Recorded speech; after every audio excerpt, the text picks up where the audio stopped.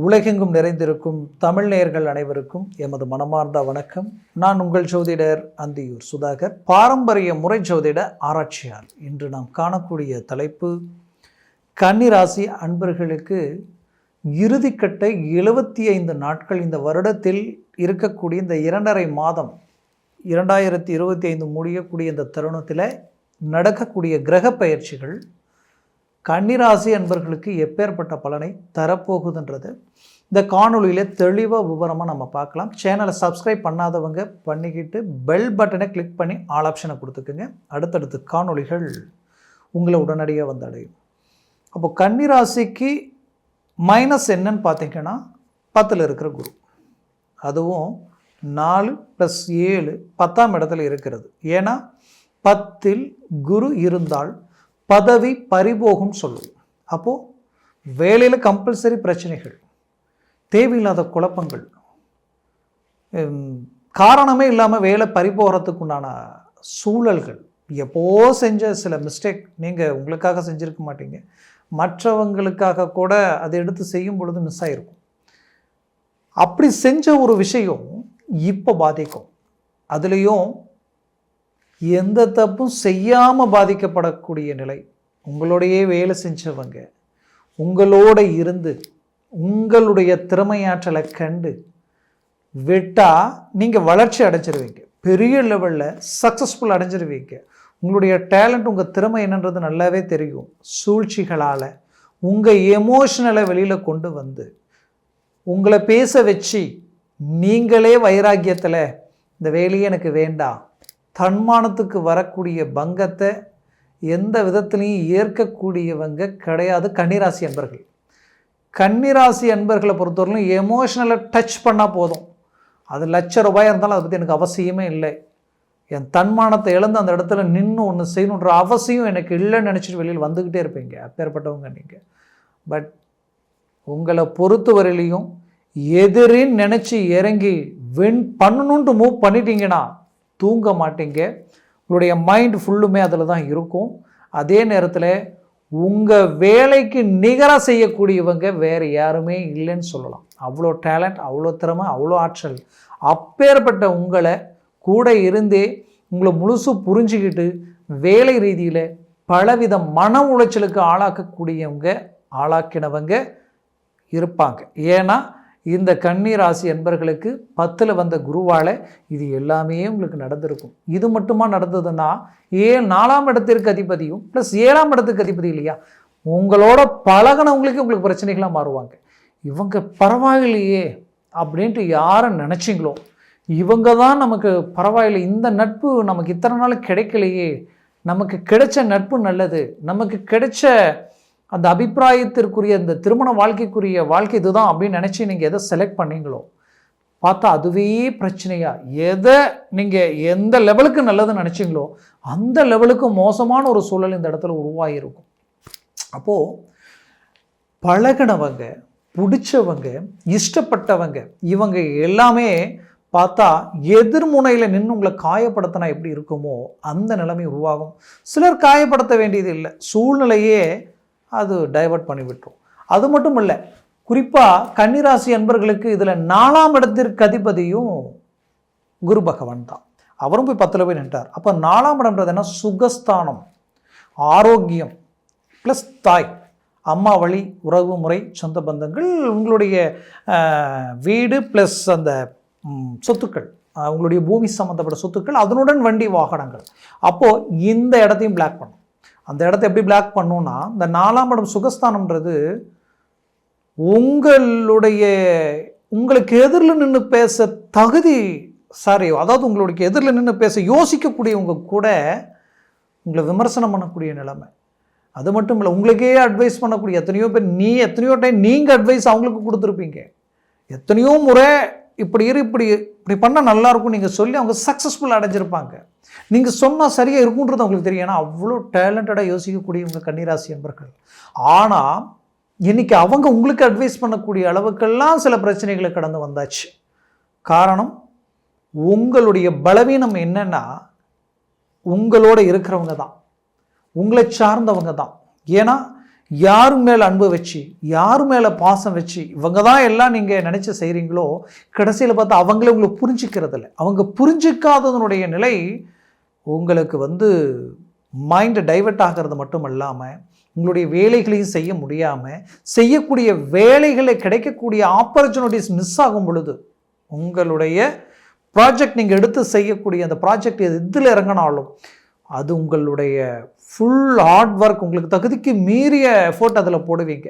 ஆனால் இது கொஞ்சம் காலகட்டத்தில் பெரிய லெவலில் நீங்கள் ரீச் ஆகிருக்கணும். அது நல்லாவே தெரியும். உங்களுக்கு மேலே இருக்கிறவங்களுக்கும் சரி, உங்களோட சக ஊழியர்கள் வேலை செய்கிறவங்களுக்கும் சரி, உங்கள் நண்பர்களுக்கும் சரி தெரியும் நீங்கள் தான் ஜெயிப்பீங்க அப்படின்ட்டு. ஆனால் காரணமே இல்லாமல், சம்மந்தமே இல்லாமல் அந்த அந்த அந்த ஒட்டுமொத்த ப்ராஜெக்டையும் வேறு யாரோ ஒருத்தர் தட்டி பறிச்சுக்கிட்டு போயிருப்பாங்க. அப்போது இது எல்லாமே என்னென்னே தெரியல, இது கைமீறி நடந்துக்கிட்டு இருக்குன்ற அளவுக்கு சில மன உளைச்சலுக்கு ஆளாயிருந்திருப்பீங்க கன்னிராசி அன்பர்கள். அப்போது 4ஆம் இடம்ன்றது உங்களுடைய சுக நிம்மதி சம்மந்தப்பட்ட இடத்தை கெடுக்கிற அளவுக்கு பாதிப்புகளை சந்திச்சிருப்பீங்க. தாய் வழி உறவினர்கள் ரீதியில் நீங்கள் அவங்ககிட்ட பேசினாலும் சரி, பேசலனாலும் சரி, ஆட்டோமேட்டிக்காக அந்த பிரச்சனைகள் வந்துக்கிட்டு இருக்கும். அவங்க எங்கேயோ இருப்பாங்க, ஆனால் அவர்கள் எப்போவோ செய்த சில விஷயங்கள் இன்றைக்கி உங்களை காயப்படுத்திக்கிட்டு இருக்கும், இன்றைக்கி உங்களை கஷ்டப்படுத்திக்கிட்டு இருக்கும். பட் இப்போவும் எங்கேயோ இருந்து அவங்க செய்யக்கூடிய செயல்கள் எல்லாமே உங்களுக்கு ஏதோ ஒரு விதத்தில் பாதிப்புகளை உண்டாக்குற நிலைகள் உருவாக்கிக்கிட்டே இருக்கும். அப்போது இந்த சூழல் தொடர்ச்சியாக கடந்த காலகட்டங்களில் உருவாகியிருக்கும். மைண்ட் ஒரு நிலையில் இல்லை, எந்த வேலையும் தெளிவாக செய்ய முடியல, எதில் இறங்கி எது செஞ்சாலும் அந்த நம்பிக்கை குறையிற மாதிரி. ஆனால் தெரியும் நாம் இறங்குனா இது ஈஸியாக முடிக்கலாம், இது அழகாக ரிசல்ட் கொடுக்கலாம், ஆனால் கொடுக்க முடியலை. நல்ல வேலைக்கு போகிறவங்க நல்ல வேலைக்கு தான் போயிட்டு இருந்திருப்பீங்க. கொஞ்ச நாளாக வேலைக்கு போகிற ஐடியாவே எனக்கு இல்லை, எனக்கு என்னென்னே தெரியல, வேலை மேலே இன்ட்ரெஸ்ட் குறையுது. இந்த மாதிரி சில டைவர்ட்டான மனநிலை உங்களுக்கு உருவாகிட்டு இருக்கு. அப்போ அதற்கு எல்லாத்துக்கும் காரணம் என்ன? ஏன் இது இவ்வளோ நேரம் சொல்கிறேன்னா, இந்த 10ஆம் இடத்துல இருக்கிற குருவால் நிறைய விஷயங்களை மிஸ் பண்ணியிருக்கீங்க. நிறைய சிலருக்கு வண்டி வாகனங்கள் இழப்புகளை சந்திச்சிருப்பீங்க. ஆக்சிடெண்ட் பிரச்சனை, ஆக்சிடென்ட் தான் சும்மா இல்லை, நம்ம மீண்டும் எந்திரிச்சு நடக்கிறதுக்கே பல வருஷங்கள் ஆகிடுமோன்ற அளவுக்கெல்லாம் சிலருக்கு பாதிப்புகள் இந்த வண்டி வாகனங்களில் கொடுத்துருக்கும். அதனால் இது எல்லாத்திலிருந்து நம்ம மீண்டும் வெளியில் வர முடியுமா அப்படின்னு நினச்சவங்களுக்கு கண்டிப்பாக வரக்கூடிய அருமையான காலமாக இது இருக்கும். ஏன்னா 10இல் இருக்கக்கூடிய குரு அதிசார பயிற்சி அடைஞ்சு 11ஆம் வீட்டில் உச்சம் பெறுகிறார். ஹைலைட் உங்களுக்கு பெரிய லெவலில். இத்தனை நாட்களாக எந்த வேலையில் எந்த குழப்பங்களை சந்திச்சிங்களோ அந்த குழப்பத்திற்கு பதிலடி கொடுக்கக்கூடிய ஒரு காலமாக இது இருக்க போகுது. நின்று ஜெயிக்கிற காலமாக இது இருக்க போகுது. தொழில் ரீதியில் யார் யாரெல்லாம் உங்களுக்கு துரோகம் பண்ணாங்களோ, யார் யாரெல்லாம் உங்களுக்கு ஒத்துழைப்பு கொடுக்காம அவர்களது வார்த்தையை நம்பி நீங்கள் இன்வெஸ்ட்மெண்ட் பண்ணி இறங்கி அது நஷ்டத்தில் போகும்போது அவங்களாம் அப்படியே அழகாக விட்டுட்டு போயிட்டு இருப்பாங்க. அந்த இடத்துல நீங்கள் தான் பரிதவிச்சு போய் நின்றுருப்பீங்க. அப்போது இதிலிருந்து மீண்டு வெளியில் வர முடியுமான்னு நினச்சிங்க இல்லையா? அந்த இடத்துல மீண்டு வெளியில் வரக்கூடிய ஒரு காலமாக இது இருக்க போகுது. தொழில் ரீதியில் ஏண்டா இவங்களை விட்டுட்டு வெளியில் போனோம், நம்ம அங்கேயே இருந்திருக்கக்கூடாதா, நம்ம வளர்ச்சி அடைஞ்சிருக்கலாம் என்ற அளவுக்கு உங்களுடைய வளர்ச்சி ஹை லெவலில் உங்களுக்கு ஒர்க் அவுட் ஆக போகுது. ஒன்று. ரெண்டாவது பார்த்திங்கன்னா, உங்களுக்கு அந்த தொழில் ரீதியில் வளர்ச்சி மட்டும் கிடையாது, எத்தனை காலமாக ஓடி ஓடி உழைச்சி பாடுபட்டு உங்களோட வேலை செஞ்சவங்க, உங்ககிட்ட வேலை செஞ்சவங்க, உங்களோட இருந்தவங்க எல்லாம் அவங்கவுங்கக்கிட்ட சேஃப்டி பண்ணிக்கிட்டு வீடு சொத்துக்கள் எல்லாத்தையும் உருவாக்கிட்டு இருக்கிறாங்க. ஆனால் நீங்கள் உங்களுக்குண்டு ஒரு வீடு கட்ட முடியல, உங்களுக்குண்டு ஒரு இடம் வாங்க முடியல. அப்போ இத்தனை வருஷமாக நம்ம என்னத்தை பண்ணோம், என்னத்தை செஞ்சோம், வந்தது தான் தெரியுது, எந்த பக்கம் போச்சும் தெரியலையே அப்படின்ற குழப்பம் உங்களுக்குள்ளே இருந்திருக்கும். அந்த கேள்விக்கு பதில் இதற்கு மேலே கிடைக்க போகும். ஏன்னா நீங்கள் வீடு வாங்குறதுக்கு உண்டான வாய்ப்பு, சொத்துக்கள் உருவாக்குறதுக்கு உண்டான வாய்ப்பு, அந்த லெவலுக்கு ஒரு டெவலப்மெண்ட்டான ஒரு காலமாக இந்த 75 நாட்கள் உங்களை உருவாக்க போகுது. உங்களை அந்த ஸ்டாண்டர்டு கொண்டு போக போகுது. அந்த ஸ்டாண்டர்டு எதுக்கு கொண்டு போகுதுன்னா 2026 பெரிய லெவல் உங்களுக்கு சக்ஸஸ்ஃபுல்லான ஒரு காலமாக இருக்க போகுது. அதை பற்றி அடுத்த காணொலிகளில் அந்த கிரக அமைப்புகள் எப்படி இருக்குன்றதை நம்ம பார்க்கலாம். அப்போது அவ்வளோ அருமையான காலகட்டங்களுக்கு இப்போவே உங்களை தயார் பண்ணக்கூடிய அளவுக்கு இந்த 75 நாட்கள் உங்களுக்கு பக்கபலமாக நிற்க போகுது.